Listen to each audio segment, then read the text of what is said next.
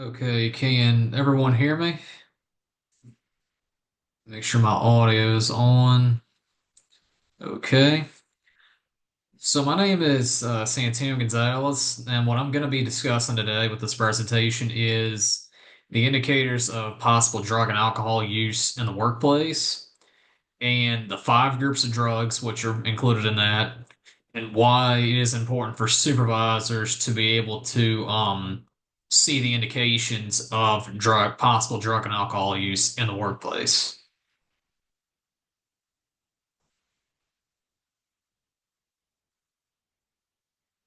Okay, so the first drug category that we're going to discuss in this is marijuana, right?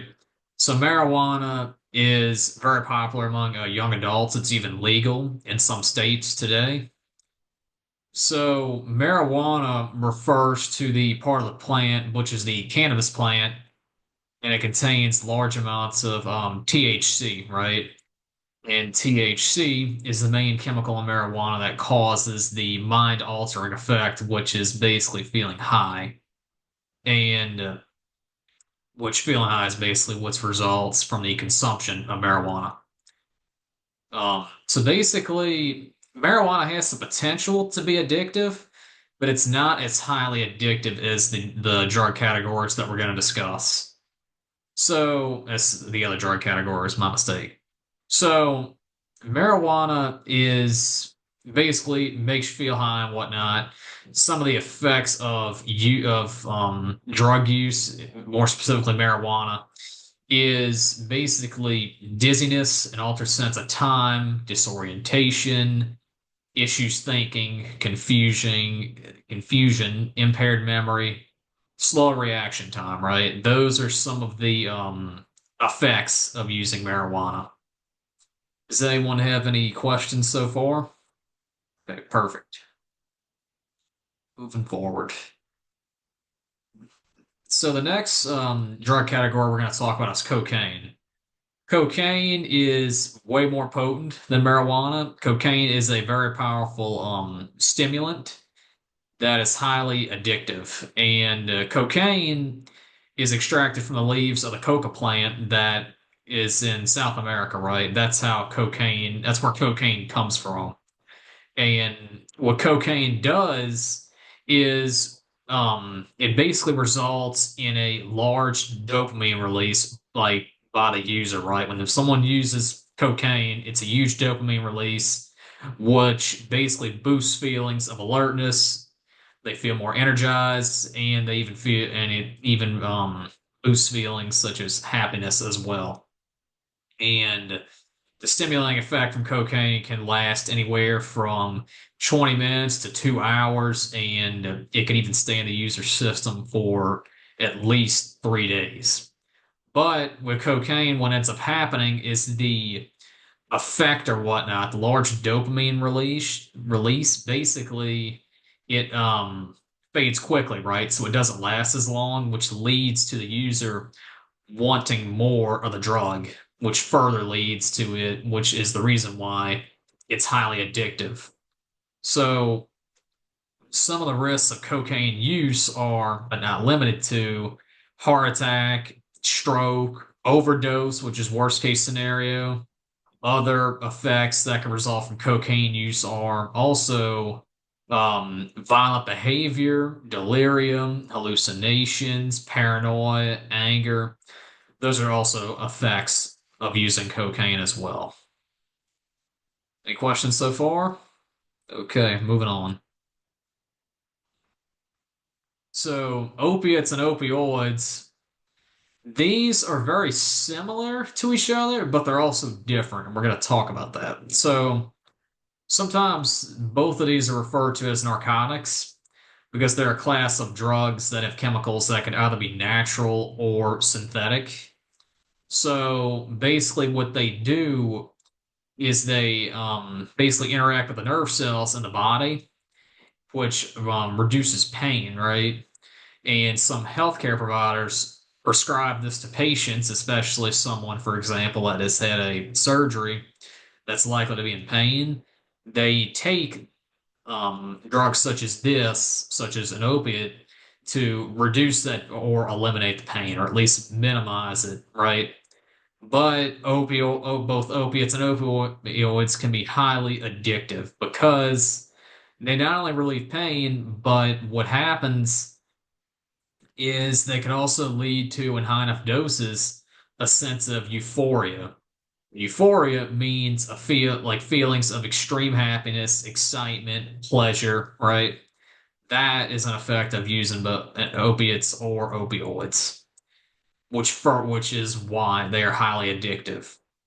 And another reason is because the body over time, if someone uses either of these drugs, builds a tolerance. So what that means is your body builds up, I guess, an endurance for it over time. So what that means is the more your body builds up an endurance, the more the more of the drug someone will need to achieve the same effect, like produce the same like high, the feelings of euphoria.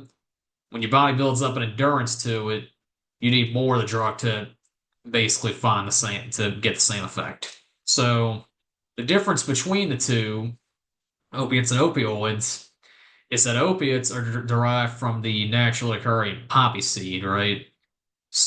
Which is the main active ingredient in the drug.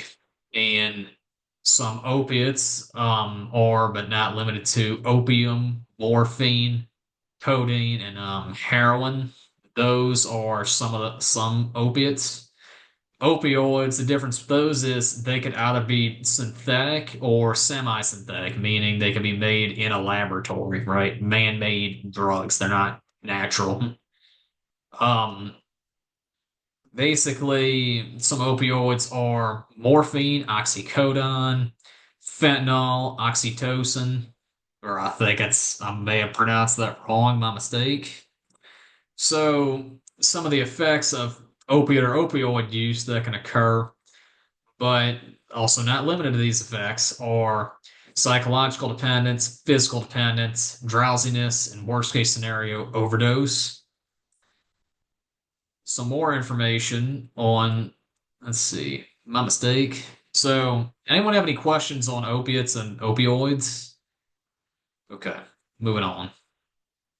So, amphetamines and methamphetamines, somewhat similar, but they're also different. So, both are drugs that stimulate the body functions by the functions of your body by basically speeding up the messages between the brain and the rest of the body. So they're pretty much medications that are considered, and amphetamine is used, for example, to treat patients with ADHD, right? That's one medical use for it. So basically, what they end up doing is amphetamines make the central nervous system work faster, right? By increasing the number of neurotransmitters such as dopamine or serotonin in the body. And the effects of this are basically more alertness, basically more attentive, more energetic, focus, calmness, or even happiness, right? Those are some of the effects of amphetamines. So basically, and that is a result of the drug stimulating the central nervous system, right? Increasing the activity of the central nervous system. And some examples of amphetamines are, but not limited to, Focalin or Adderall. Those are two of them. I do not know how to pronounce this one, unfortunately. So, difference between the two. So, both are stimulating drugs, but they can produce different effects on the user depending on the chemical makeup of the drug. So, methamphetamines, if you watch any of the cop shows or whatnot, you see they sometimes catch criminals with those because methamphetamines are often illegally made for recreational use, right? They're not legal at all.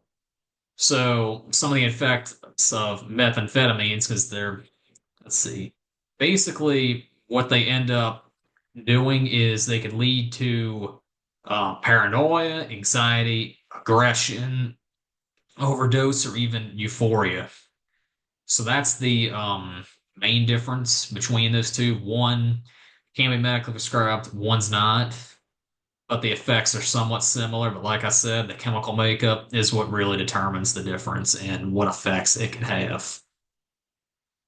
All right, moving on.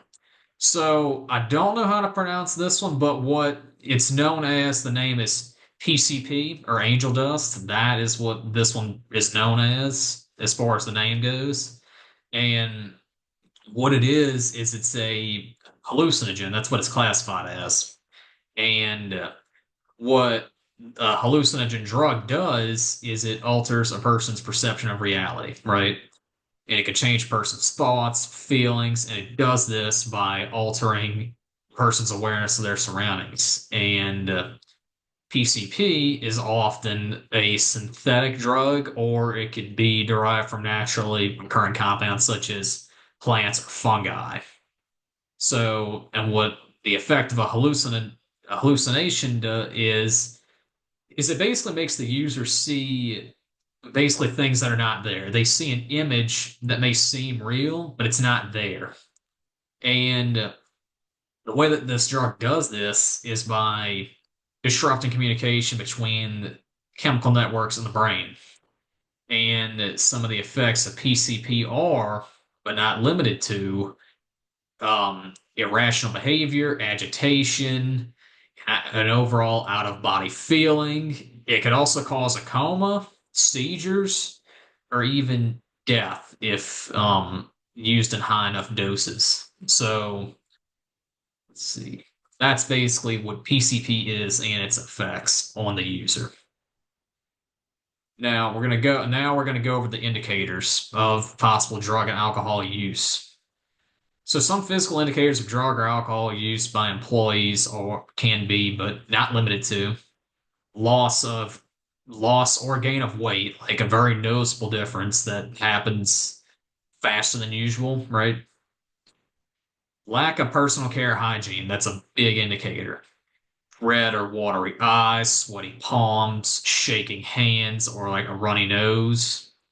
Or someone could smell like alcohol or tobacco or other chemicals associated with drug use, such as, for example, if you read up on marijuana, it has a very strong smell to it. So that's another indicator that someone could be using marijuana, for example. So, some behavioral indicators of possible drug and alcohol use by an employee can be, but not limited to, irritable mood, right? Someone seems a little more disagreeable or they don't want to be bothered. Personality changes, right? So their personality can change very quickly or they're acting out of the ordinary, something that they wouldn't normally do. A careless attitude, so someone doesn't either care about their work or the safety of themselves or others. Having a hard time paying attention, basically a lack of motivation or drive to get their work done and to do it right, to be productive, to be exact. Um, Basically, they could either be disoriented, they could be confused, they could even be more angry as a result of drug or alcohol use. They could have more trouble communicating, and another symptom is also not being truthful, lying about what they're doing. Now, the main speech indicator of drug and alcohol use is basically the slurring of words by an employee. They're not communicating clearly, and their speech is clearly like they're not able to speak clearly, kind of deal. That's one possible indicator of drug or alcohol use. Anyone have any questions so far? Okay, moving on. So, performance indicators. This is on the job indicators while they're working that could indicate possible drug use. So, some of these are, but not limited to, decreased production, productivity, and performance, right? So, they could be working at a slower rate. They might not care as much about their work. So, they're not being anywhere near as productive as they normally would be. Poor judgment, unsafe work practices. So, they may or may not be concerned about the safety of themselves along with those around other employees that work around them. Sleeping on the job, excessive breaks, so they're taking longer breaks than usual, or than they should be. tardiness, so they might not show up to work, they might not call in, just not show up to work for a legitimate reason at all. So those are some performance indicators. So why is it important for supervisors to be trained to know the indicators of drug or alcohol use in the workplace, right? And this might be just in the workplace, but employees that are using drugs or alcohol or that may or may not be, and they show up to work still under the influence. It's important because supervisors have to know the signs and symptoms of drug or alcohol use on the job or before they come on the job, because they, by being able to notice these symptoms through their training, they can prevent accidents that can result from drug use by employees. In other words, supervisors have to know the indicators, the trained supervisors more specifically, because they have to know that in order to ensure a safe and productive working environment for everyone there, to ensure that everyone there is able to work safely and they're able to go home safely. So, in conclusion, as can be seen, there are five categories of drugs. Each is different, but they all have addictive nature to them, some more than others. And there are multiple indicators that trained supervisors can are able to, or will be able to recognize, as we discussed.